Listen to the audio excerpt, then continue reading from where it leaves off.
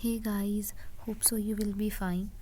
Till now हमने बहुत सारे टॉपिक्स कवर कर लिए हैं इस जावा ट्यूटोरियल की प्लेलिस्ट के अंदर, जिसमें आपके पास लूप्स आ रहे हैं, जिसमें आपके पास कंडीशनल स्टेटमेंट्स आ रही हैं, जिसमें आपके पास स्विच स्टेटमेंट्स आ रही हैं, और भी बहुत सारी बेसिक्स कवर कर लिए जहाँ पर आपको बेसिक का काफ़ी ज़्यादा आइडिया हो गया है। अभी आज की जो वीडियो है that is related to functions in Java, जहाँ पे मैं आपको बताऊँगी कि फ़ंक्शन होता क्या है एंड द नेक्स्ट थिंग इसकी है फंक्शन को बनाया कैसे जाता है और फंक्शन को कॉल कैसे किया जाता है। ठीक है, इस चीज़ें सारी की सारी डिटेल में बताऊंगी। तो सबसे पहले मैं अपना मेन फंक्शन बना देती हूँ। ठीक है, तो मेन फंक्शन बनाने के लिए पब्लिक, अब ये यहाँ पे मेरे पास ऑटोमेटिकली आ गया। अब ये कैसे आया सब कुछ, ये सारा कुछ मैंने प्रीवियसली वीडियोस के अंदर बताया हुआ, जो मैंने फर्स्ट वाली वीडियोस बनाई थी, जब मैंने आपको कुछ एक्सटेंशंस बताई थी। अगर आपने वो एक्सटेंशंस डाउनलोड किए तो आप भी कभी काम इतना इजीली हो सकता है, वरना आपको पूरा मेन फंक्शन लिखना पड़ता। ठीक है, तो अगर आपने पिछली वीडियोस नहीं देखी तो काइंडली उनको जाके देखिए, उसके बिना ये चीज़ें इजी नहीं होंगी। ठीक है, क्योंकि वो एक्सटेंशंस काफ़ी हेल्पफुल हैं, आपको काफ़ी आसानी हो जाएगी काम को करने में।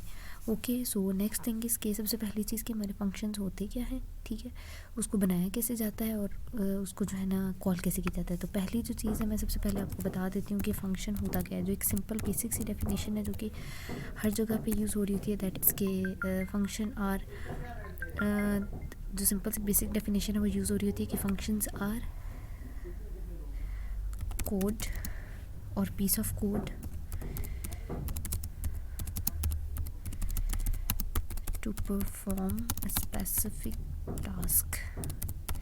ये वो सिंपल सी डेफिनेशन है जो हर जगह यूज़ हो रही होगी, बट इसमें मैं कुछ और चीज़ें आपको बता देती हूँ। वो ये है कि फंक्शन सबसे पहले बनाया क्या जाता है। मोस्टली आपके पास ऐसे होता है कि आपके पास एक सर्टेन पीस ऑफ कोड होता है जिसको आपने अपने मेन फंक्शन के अंदर बार बार कॉल करना होता है। ठीक है, लेकिन उस पीस ऑफ कोड को बार बार लिखना काफ़ी अननोइंग हो जाता है, काफ़ी डिस्टर्ब करता है। ठीक है, बार बार लिखोगे आपको मज़ा भी नहीं आता कोडिंग में। तो आप क्या करते हो, उस पीस ऑफ कोड को एक सेपरेटली जगह पे लिख लेते हो और उसको एक स्पेसिफिक नाम असाइन कर देते हो, और आप अपने मेन फंक्शन में जब भी आपको वो पीस ऑफ कोड चाहिए आप उसको सिंपल उसके नाम से कॉल कर लेते हो। आपने एक दफ़ा लिखा होता है, जितनी दफ़ा आप उसका नाम बुलाते हो वो उतनी दफ़ा आ जाता है। ठीक है, तो ये चीज़ हो गई। उसके बाद दूसरी चीज़ ये है कि ये जो आपका मेन फंक्शन है, अब ये भी एक फंक्शन ही है।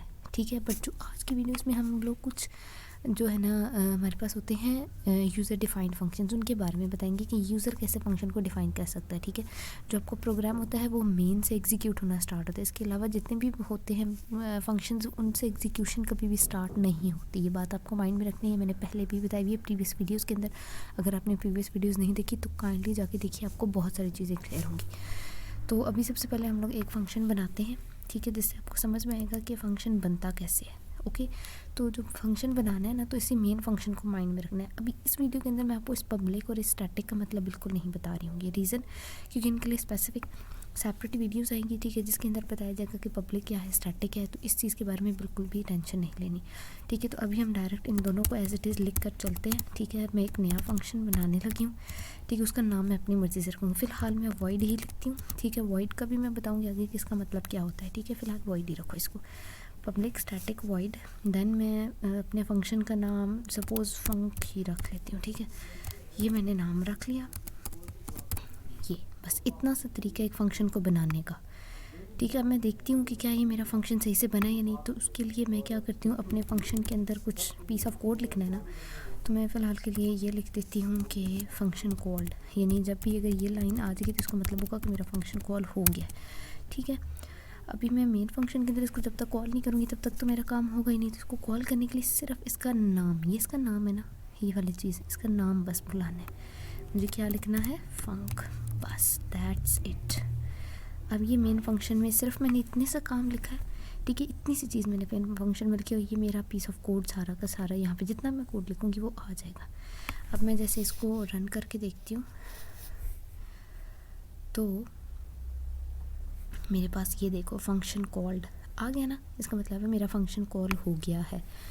ये चीज़ क्लियर होगी। अब नेक्स्ट थिंग इज़ कि ये वॉइड क्या होता है। वॉइड में मोस्टली वॉइड होता है return type of this function. अब आप क्या करते हो, यहाँ पे अगर मैं इंट रखती हूँ ना, इसका मतलब है ये फंक्शन कुछ ना कुछ रिटर्न करेगा।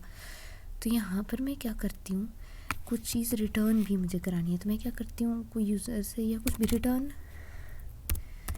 0 करा देती हूँ फ़िलहाल। ठीक है। रिटर्न 0 का ये मतलब है कि जब तक ये रिटर्न स्टेटमेंट मैंने नहीं लिखी थी, आपको देखा था ना कि यहाँ पे एरर आ रहा था, तो इस रिटर्न स्टेटमेंट, इस इंट का मतलब ये है कि ये कोई ना कोई इंटीजर वैल्यू रिटर्न करेगा। जैसे यहाँ पे 0 रिटर्न कर रहा है, मोस्टली होता है कि मुझे कोई ना कोई वैल्यू इस फंक्शन से कॉल करानी पड़ती है। जैसे मैं देती हूँ कि मुझे ना कोई यूज़र की एज चाहिए, ठीक है, तो मैं इस फंक्शन के अंदर बोलती हूँ, फंक्शन कॉल की बजाय मैं बोलती हूँ एंटर योर एज। यूज़र को मैंने बोला एंटर योर एज। अब जो भी एज यूज़र एंटर करेगा वो मुझे किसी वेरिएबल में चाहिए, तो मैं इंट एज नाम का एक वेरिएबल भी बना लेती हूँ। अब मैंने यूज़र से जो भी उसकी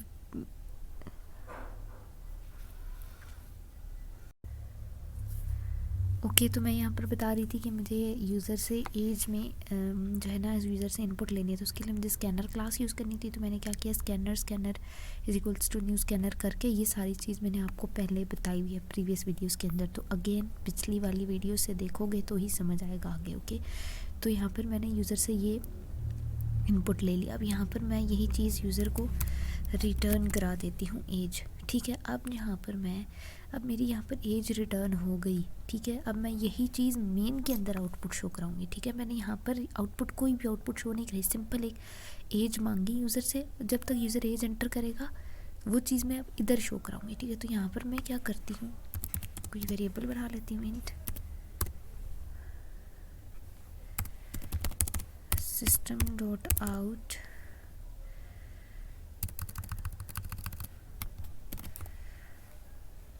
system dot out dot print line में मैं एक आउटपुट कराऊंगी। इसको जब मैं रन करूंगी तो enter your age, enter again, it has shown with output 78, ठीक है। तो जो इनपुट मैंने इसको दिए वही आउटपुट आ गई। ओके, होप सो आपको समझ आ गया होगा। और कोई भी क्यूरीज और कंसर्न है तो कमेंट सेक्शन में पूछ लीजिएगा। And thank you so much for watching.